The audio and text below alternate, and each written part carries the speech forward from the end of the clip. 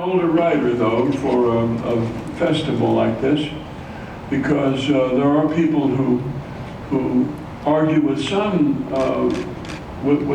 evidence that social media have taken the place of imaginative literature, and that people are now creating their own narratives on Facebook and with Twitter and Instagram, Snap, and all, that make it unnecessary to sit down and write an extensive work of prose. We shall see if this is true or not.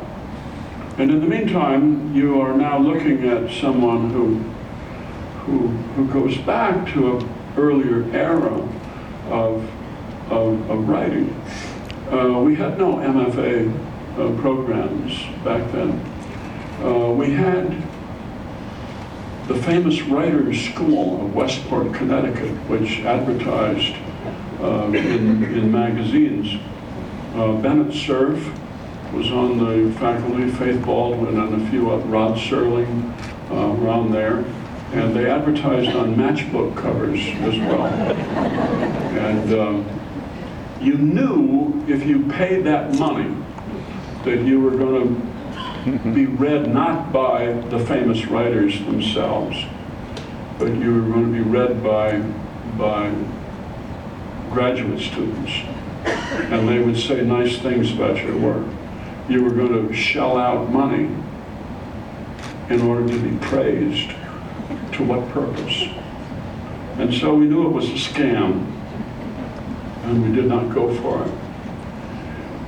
We wrote our work on manual typewriters, and so as you wrote your first draft, you had a sinking feeling that you would have to retype this entire thing.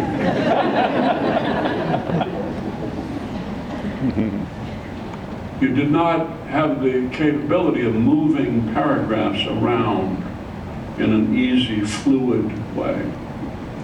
You had to rewrite the whole damn thing 3 and 4 and 5 times, which took a great deal of patience.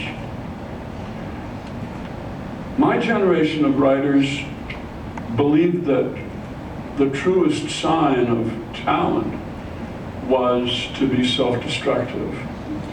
And so we worked hard at it.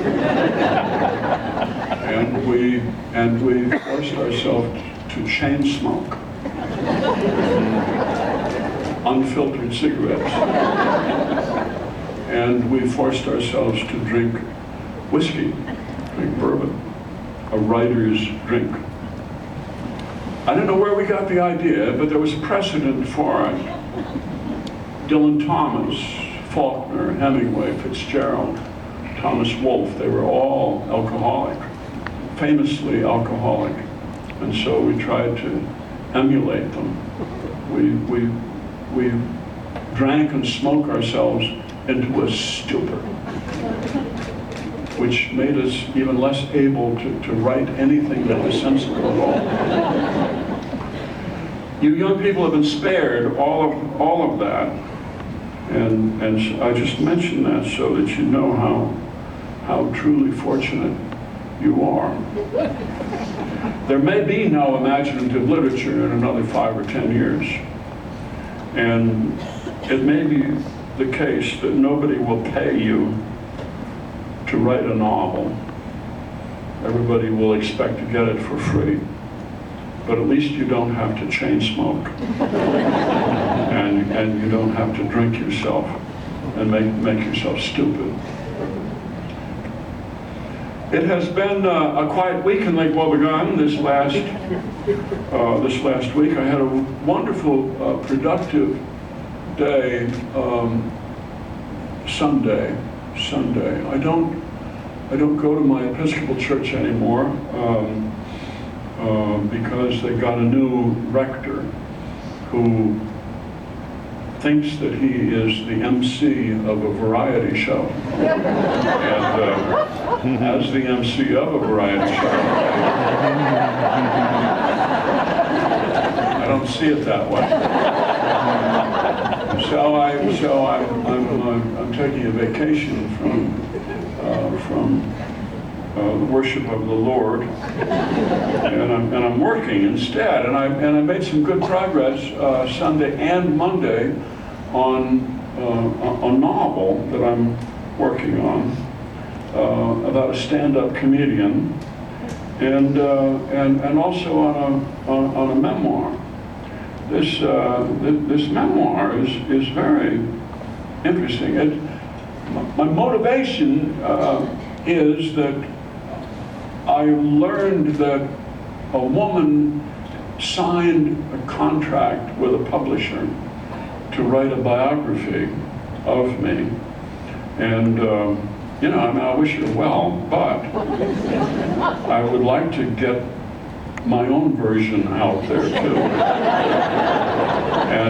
And she's talking to an ex-wife and some ex-girlfriends and disgruntled employees. So I wanted to write the story of my own life, and the amazing thing is that once I started in, I discovered that I had a really happy childhood, which I had not known before. Back in the day, you needed to have a tragic childhood in order to be a serious writer. And I discovered that I had not had that. I grew up a fundamentalist.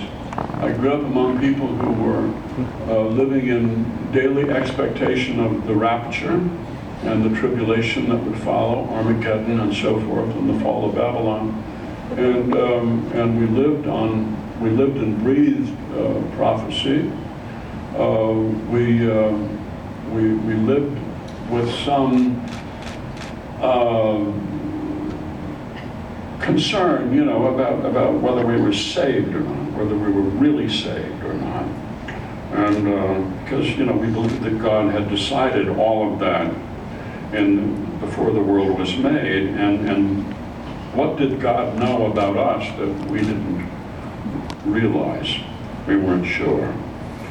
I grew up among these gentle people and discovered in writing my memoir that I'd been happy and extremely lucky, and that was a good thing to find out.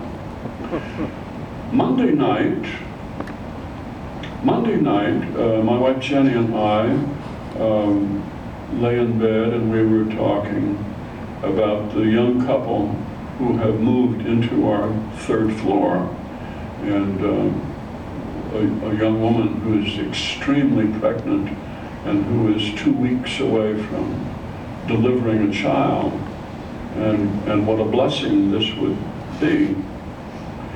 And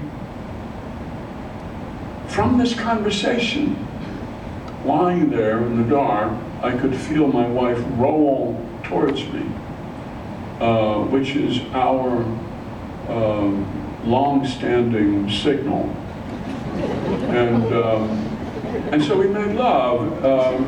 We made love to mature people who grew up in repressive homes, which you discover at this stage in life only heightens the pleasure of being naked with another person, even after 20 years of marriage. We made love. It was a lovely, lovely, lovely thing, and lay there sort of stupefied by pleasure afterward. I woke up on Tuesday morning in chaos and confusion.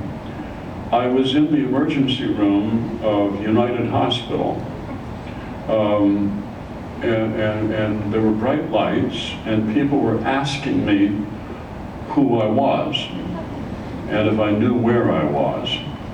And I discovered that I had a brain seizure, which terrified my wife. And she had called 911.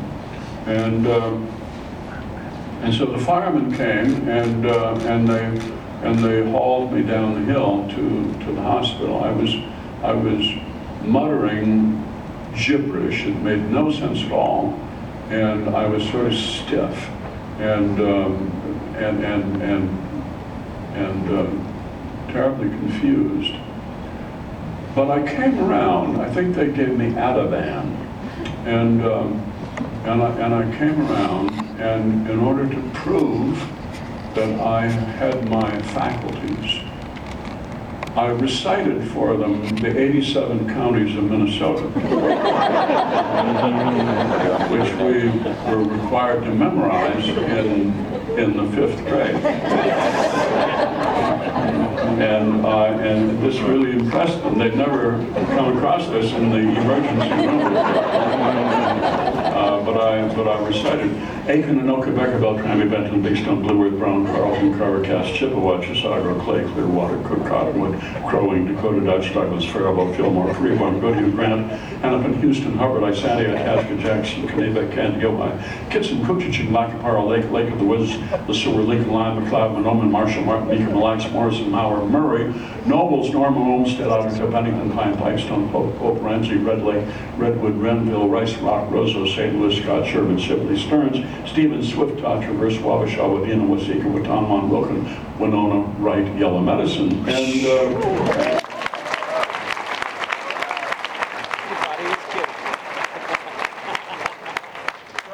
so they sent me up, admitted me to the hospital.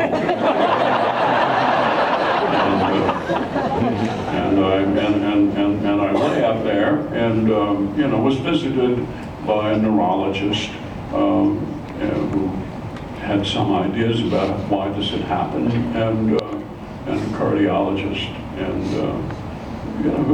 bearers of bad news, and I lay out there thinking about death, of course, as one would in that situation, and wondering what I would be remembered for. I put in a lot of work on creating a saga of a small town in which I discovered, after I've been doing it for about 10, 12 years, I was recreating the lives of my parents. My parents, against whom I was obliged to rebel, of course.